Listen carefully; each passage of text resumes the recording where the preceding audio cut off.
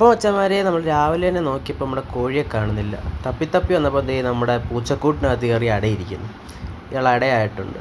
അപ്പോൾ എന്തായാലും നമുക്കിതിനെ അടവെക്കുന്നതിൻ്റെ സെറ്റപ്പൊക്കെ ഒന്ന് കാണാം. നമ്മൾ ബേസ് ബോർഡ് എടുത്തിട്ടുണ്ട്, പിന്നെ വേപ്പില, പിന്നെ വേറെ ഏതാണ്ട് ഒരു ഇല, പിന്നെ ചൂട്ടിൻ്റെ പിന്നെ ഒരു ഇരുമ്പ് കഷ്ണം. ഇതൊക്കെ എന്തിനാണെന്ന് അറിയത്തില്ല, വീട്ടിൽ നിന്ന് പറഞ്ഞു എടുത്തു. പിന്നെ കുറച്ച് അറക്കപ്പൊടി എടുത്തിട്ടുണ്ട്. പിന്നെ മെയിൻ ഐറ്റമായിട്ടുള്ള മഞ്ഞപ്പൊടി. ഇത് ഉറുമ്പേറായിരിക്കാനുള്ളതാണെന്ന് എനിക്കറിയാം. ബാക്കിയൊക്കെ എന്തിനാണെന്ന് എനിക്കറിയത്തില്ല. അറിയാവുന്നവരത് കമൻറ്റ് ചെയ്തേക്കും. പിന്നെ നമ്മുടെ ഫ്രണ്ടിൻ്റെ വീട്ടിൽ പോയിട്ട് മുട്ട എടുത്തുകൊണ്ട് വന്നിട്ടുണ്ട്. കൊത്തുമുട്ടയാണ്.